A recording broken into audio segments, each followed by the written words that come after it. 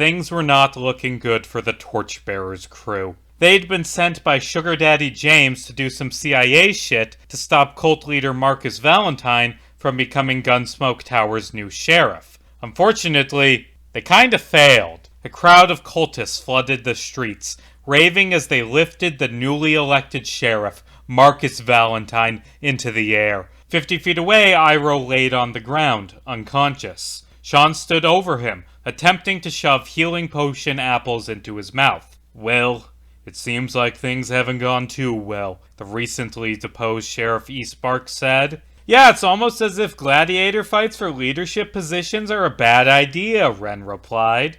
Iroh eventually woke up and the party spent the rest of the day trying to figure out their next move. The Cult of Flames was up to something, that much they were certain. The question was, what? Sean volunteered an idea. Late that night, he walked through the partying cultist neighborhood and knocked on Marcus's door. Marcus opened it, but he didn't see Sean. He saw a man wearing red and blue, his face covered by a mask. Brother? Marcus asked. Ah, yes, it is me, your brother Cicero, the treasure hunter, Sean said, having disguised himself with disguised self. Marcus and Tullius rolled insight checks against Sean's deception roll. Tullius, being an idiot, fell for the disguise completely. As for Marcus, it was hard to tell if he bought it. Brother Cicero, I heard you had died, he said. Ha! Reports of my death have been heavily exaggerated. Well, that's wonderful, Tullius said. Gods, how long has it been since the three of us were together? Tullius, shut up. Brother Cicero, do you remember those adventurers you told us about? The ones you ran into at Hemlock and Glasshour? The ones who killed Pastor Fiery? You know, the group with the Catman with the really weird ankles. Actually, Sean Striker's ankles are perfectly normal for a tabaxi. Ah, so you do remember them. Well, they're here, and attempted to prevent us from accomplishing our mission. Fortunately, they were unable to stand up to the might of my flames. Cool, by the way, what was that mission? We're here to break into the bank vault. Hush! But yes, there is something hidden in that bank, something that we may use to help our master rise from the ashes and bring his holy fire to this cursed sea. Of course, the bank is heavily guarded by security golems, devices that break enchantments, and wards to prevent teleportation. But now that I'm in charge of the bank's security, surely no one will object to me performing a late-night inspection of the vault. Would you like to come along? Yes!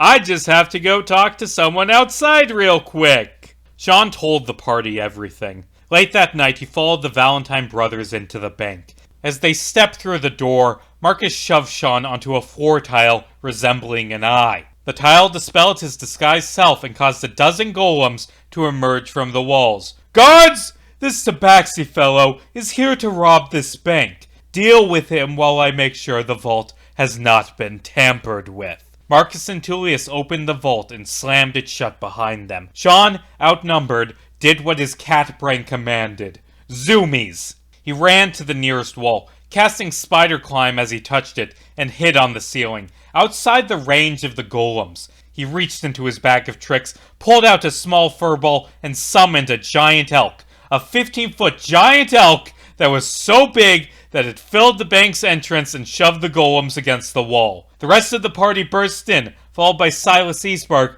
to see Sean handling things, I guess?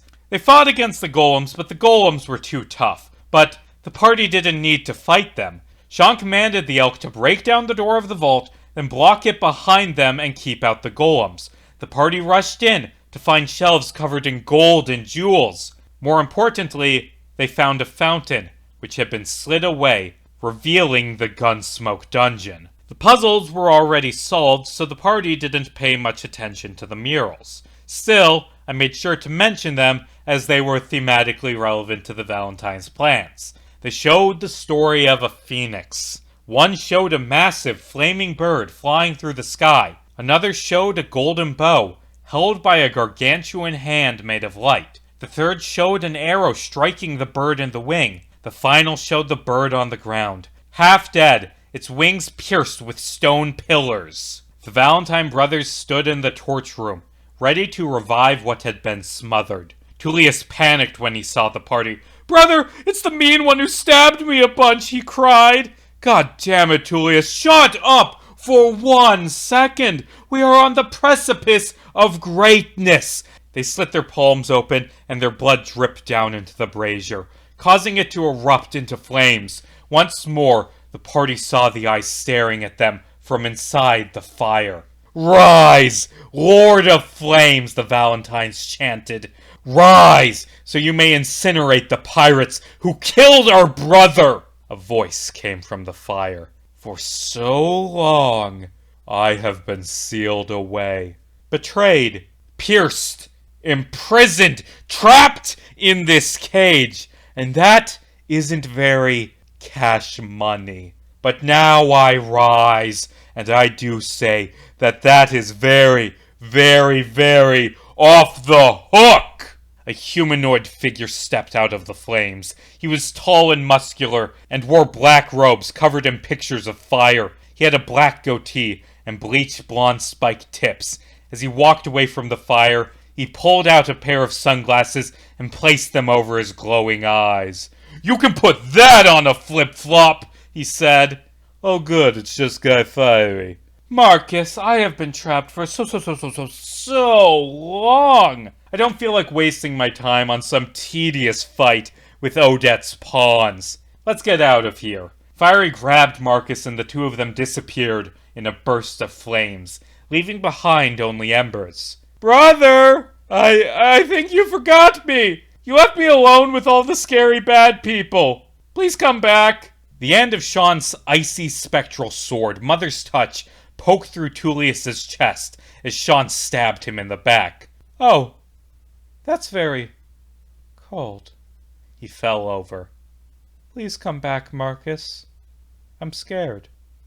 The party looked over their slain foe. "I guess we win? Kinda? I mean, Marcus left, so he can't be sheriff anymore, and we can light the torch now, so that's 2 objectives down. That's pretty good." Sean's player then said something that filled me with dread. 10 horrible words. 10 words that I knew would be good for the campaign, but also made me clench my teeth with anticipation. "Can I put the body in my bag of holding?" "Sure, that is a thing you can do. One question first. Why?" "I have plans." "Sure, why not?" The party climbed the stairs back up, only to find the bank had been ransacked. The gold was gone, the golems were smashed, and a spade and crossbones had been burned into the floor. Silas laid on the ground unconscious. Iroh healed him while Sean went to light the tower. "Right after y'all went into the vault," Silas coughed, "a horde of pirates showed up. Took everything they could. Before their captain knocked me out, she told me to tell you, 'I'll be seeing you soon, Ran Madarasi.'" As Silas walked out of the bank, he was greeted by a platoon of Royal Navy soldiers, led by his son, let in by Sean opening the portal. James looked around at the buildings covered in cult graffiti during the partying and at the destroyed bank. "My, this tower sure is doing well under your leadership, Eastbark," he said. "Hell you want, Jimmy. It's James. Captain James, to be precise. Myself and my men are here to provide some much-needed reinforcements. We will rebuild this town and help guard it from future incidents, if you'll let us." "Fine. You win. I'm not fit to be sheriff, that much is clear." No, you can keep being sheriff. With proper oversight from the Rubicon Navy, of course," James said, smiling. He walked over to Kit. "Miss Maplecourt, did you accomplish that other mission I gave you?" "Do you have the money?" "Yes." "Then yes, I have the letter," Kit said, handing it over. Silas shot her and James a dirty look. "Excellent! Fine work as usual. Actually, do you know what? There's going to be a royal ball at Rubicon Tower in 3 weeks. All of you are invited." "We'll be there," Ren said. And so the party left Gunsmoke Tower, victorious, but worried about the lingering plot hooks. They decided to take a few solo days to clear their heads. Iroh checked out the teleportation network. It was impressive, like the magic he used with Maz, but 1,000,000 times more potent.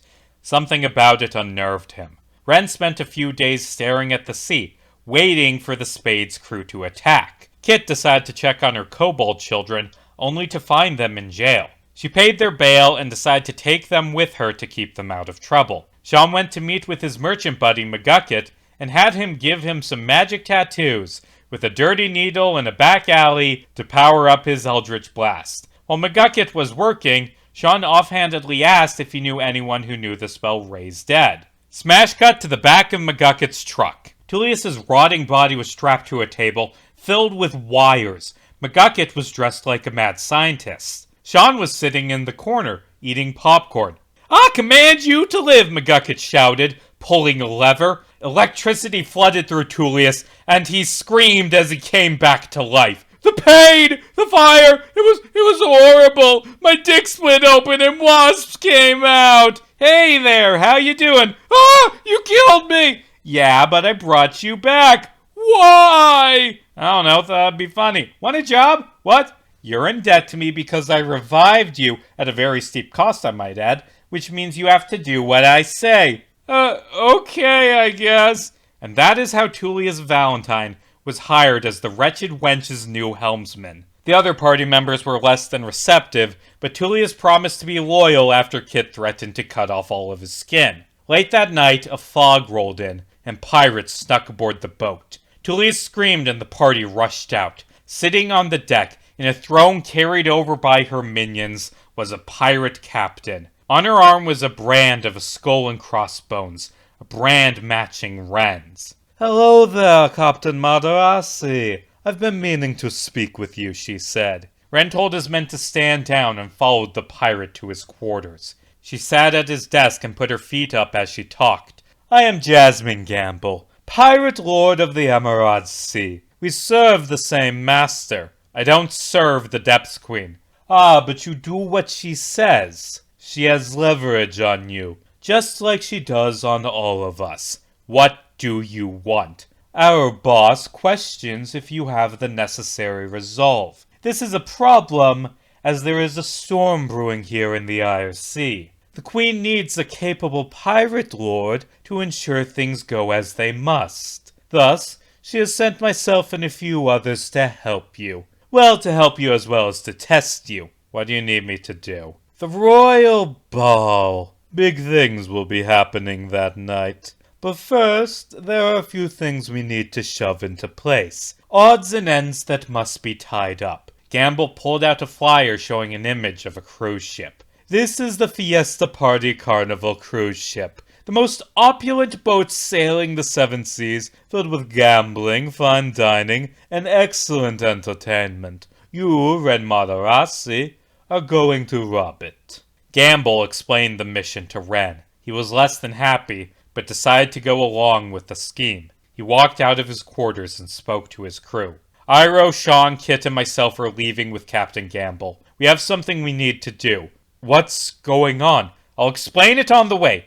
We'll be gone for 1 week. Tullius, take the ship to Hemlock and wait for us there." Tullius nodded. "Tricky Dicky Archibald, keep an eye on Tullius and stab him if he does anything stupid." The kobolds saluted. Tullius made this noise.